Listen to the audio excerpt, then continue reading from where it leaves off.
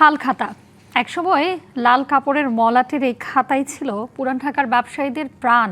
শুধু হিসেবের সংখ্যার বিবরণী নয়, দোকানি আর ক্রেতার বিশ্বাস ও সম্পর্কের চিহ্ন এই হালখাতা।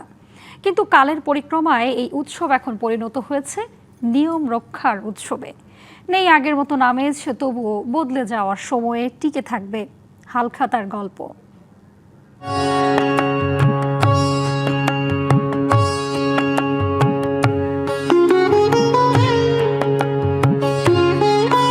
হালখাতা বাংলা নববর্ষের এক চিরায়ত ঐতিহ্য। পুরনো বছরের বকেয়ার হিসেব চুকিয়ে নতুন বছরের জন্য নতুন খাতা খোলার মধ্য দিয়ে ব্যবসার নতুন অধ্যায়।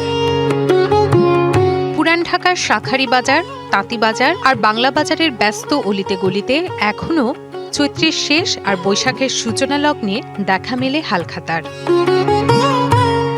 একটা সময় দোকানিরা এই দিনে ক্রেতাদের আমন্ত্রণপত্র পাঠাতেন, ক্রেতারাও করতেন পুরনো বছরের বকেয়া পরিশোধ। এ যেন শুধু লেনদেন নয়, সম্পর্কের নবায়ন। হালখাতা এটা আপনি মনে করেন কোনোদিনই এটা বিনষ্ট হবে না বা এটা শেষ হবে না। আগে হয়তো বেশি চলতো, এখন কম চলবে আর কি, কিন্তু একবারে যে বন্ধ হবে সেটা বলা যাচ্ছে না। সেই অতীত এখন কেবলই স্মৃতি। দোকানে দোকানে নেই আগের মতো সাজ সাজ রব। আমন্ত্রণপত্র পাঠালেও ক্রেতারা আসেন না, বকেয়া পরিশোধেও অনীহা। এখানে প্রায় 2 মণ 3 মণ মিষ্টিও বিলি করতাম, এখন সেটা অনেক কমে আসছে। অনেকে বকেয়া দিতে আসে না, লজ্জায় হাতে টাকা নাই। 200-র বেশি সার্ভিস ও ফিচারে লেনদেনের সব বিকাশ অ্যাপে সম্ভব। প্রযুক্তির সহজ ব্যবহারে টালিখাতা এখন মোবাইলের নোটপ্যাডে। স্বর্ণের দাম বৃদ্ধি সহ বিভিন্ন কারণে বাকিতে বেচাকেনাও কমেছে। আগে একটু ভালোই যাচ্ছিল, এবার তো বেচাকেনি নাই, কাস্টমারই নাই। তো দোকানদাররা কিনলে সে বেচাকেনি, দোকানদাররা না কিনলে তো আমাকে বেচাকেনি নাই। স্বর্ণের বাজারটা বাইরে যাওয়াতে ব্যবসা বাণিজ্য একটু মন্দা।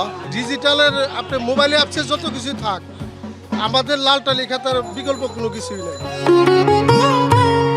কিন্তু সবকিছুর মাঝেও ব্যবসায়ীরা ধরে রেখেছেন বংশ পরম্পরায় চলে আসা ঐতিহ্য। পূর্ববর্তী জেনারেশন পরবর্তী জেনারেশন মিলে যদি এটা আগিয়ে নেওয়া যায়, তাহলে পরে কিন্তু মনে করেন এটা আগিয়ে যায় আর কি। বদলে যাওয়ার সময়ে এই দিনটার রং হয়তো ফিকে হয়েছে, কিন্তু পুরান ঢাকার অলিতে গলিতে টিকে থাকবে হালখাতার গল্প। Rifat Tasnova, DBC news, Dhaka.